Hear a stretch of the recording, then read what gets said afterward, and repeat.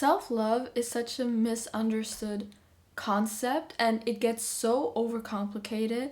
When you ask yourself, how can I love myself? It feels like this insurmountable task. But let's break it down a little bit, right? If you think about what love means in general, right? Like no matter what relationship you envision when I say that, like usually we feel like it's a sense of acceptance, right? Like we want to be accepted for who we are. We want to feel like we can be ourselves, right? Which includes flaws and mistakes. We want to feel like we can sometimes make the wrong choice and still have a place to come back to, right? We also want to feel like they're committed. We want to feel like I know that they're there for me, whether I see them, whether they're away from me. We have a commitment towards each other and we show our love to each other with our actions, right? So it's not just in the words, it's not just in the intention, but it's actually like showing you. But when we struggle with self-love, it's usually because there are parts of ourselves that we don't like things that we struggle accepting, and just how we feel about ourselves sometimes. Like maybe we're annoyed with ourselves, maybe we think we're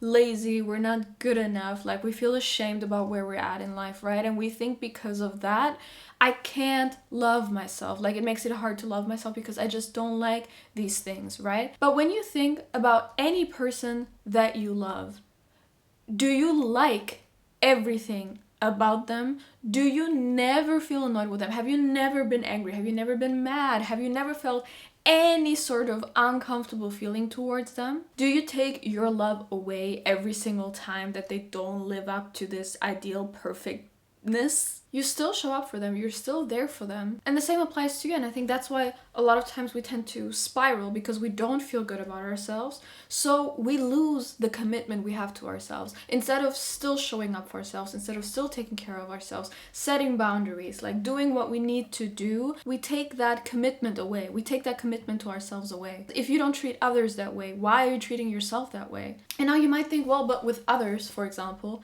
I choose to relate to them in that sort of way, right? And for example, if I'm in a relationship and I love them and they do things to me that I don't like I genuinely like have trouble accepting, then I would leave them. But I'm stuck with myself. Like I can't escape myself. And that's why it's not a small thing to feel like you're lacking self-love, because it genuinely starts feeling like you're a prisoner to yourself. And I want to like challenge you with something, right? What if you chose to be here?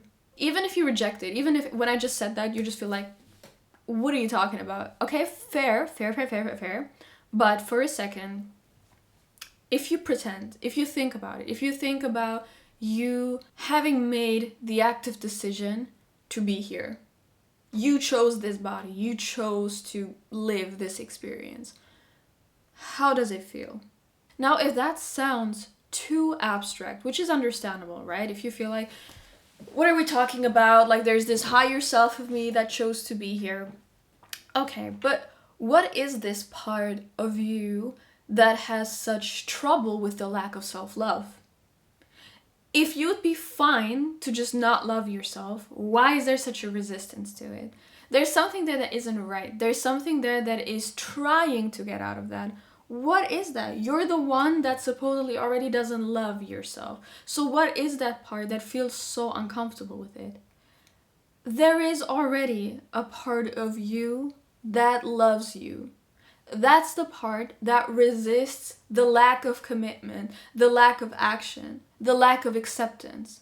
What you just interpret as a lack of self-love is the attempt to love. So if you feel like you don't love yourself and you struggle with that thought, that is already love materializing. You are not okay with you not loving yourself. That's what it is. And if you're like, well, but it's so hard to show up for me if I don't like myself, that's a vicious cycle. You don't show up for yourself. And of course, you know that you should be showing up for yourself because you love you. There's a part of you already there that wants you to show up for you. That's why it feels so hard. That's why you don't like it. Like, are you hearing me? That's why you struggle with it. And that's the loudest part of you that wants you desperately to get out of that. So the solution is not to just telling yourself that you like yourself that much. Although it might help for some people. Honestly, like positive affirmations might really help, but it shows in the actions as well. Like the same way, like you wouldn't just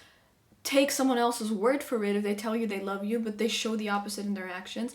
That's how you solve that dissonance within yourself. You don't just keep telling yourself that you love yourself, but you don't show up for yourself in the way that you need to. You don't set boundaries when you need to. You don't stand up for yourself when you need to. And I know that it's hard. I know that when you're really down bad, those things get hard. And there's also love in being gentle with yourself. There's also love in accepting that sometimes the best you can do is just wake up, brush your teeth, and that's it, right? So wherever you're at, do the best you can to show up for yourself. It's not the love that you have to teach yourself. The dissonance is the love. There is the part in you that loves yourself, that has a problem with how you show up for yourself. And that love sometimes get lost in translation, because what you may interpret as, I'm lazy because I don't go after what I want, for example. Like, that's a lot of steps ahead. Like, what's usually just behind that is you're doing yourself a disservice because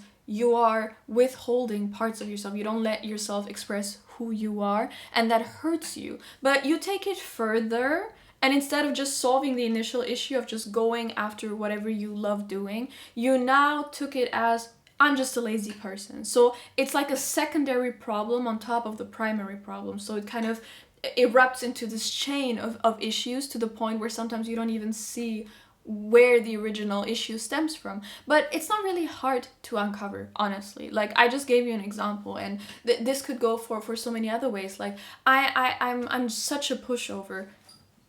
You're probably not setting boundaries when you need to. Just do them. They get less scary the more you do them. It's practice. And if you feel like, well, but I feel like loving yourself should feel different, again, you're setting expectations on yourself that are kind of rooted in what exactly? Like, if you really think about it, like, what do you think love should feel like? Again, compare it to a romantic relationship. Compare it to the love. Actually, I think probably the best example is if you compare it to how you would feel if you had a child, or if you have a child. That is probably the best comparison, because it's the most selfless one. And if you think about the love that you have for your child, are you always ecstatic about everything that they're doing? Are you never annoyed with them? But in the end, it's just by design. They're your child. That's it. They're your child that you brought into this life, or that you chose to take care of, whatever